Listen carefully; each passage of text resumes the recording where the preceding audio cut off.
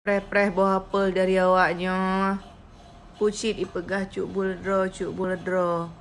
Hotel dengan sakit lagi nyo jangankan cuk buldro.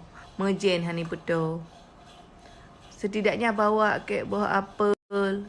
Bawa kek bakso 1 bungkus.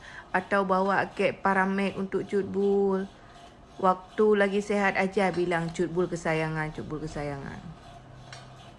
Warga Cubu Lovers, terima kasih banyak ya atas doa teman-teman. Dan makasih banyak yang mau antar apel. Cuma Cutbul bercanda. Kalian jangan serius sekali lah. Makasih ya udah sayang sama Cutbul. By the way, kujar rumah sakit. Pasti dibilang Cutbul positif corona. Padahal Cutbul bukan corona, kurang duit aja sebenarnya. Makanya Cutbul sakit. Apalagi lihat Aulia Jepara buat acara besar-besaran. Makin berat sakit pu, sejuk suhu maju. Pulang kalau dalam motor.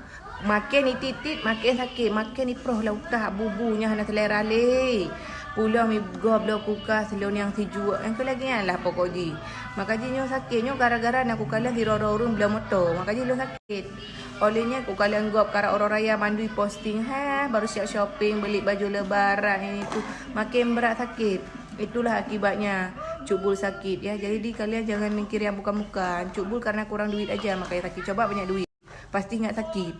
Mana sakit kalau banyak duit? Kalau nggak ada duit aja sakit. Kayak ginilah. Apalagi kita lihat-lihat orang makan di restoran, kita yang sakit. Nyan tengah-tengah nak pahle dempa nak pahle. Dubnan mian tanya nak penyakit. Nak kenapa? Penyakit hati.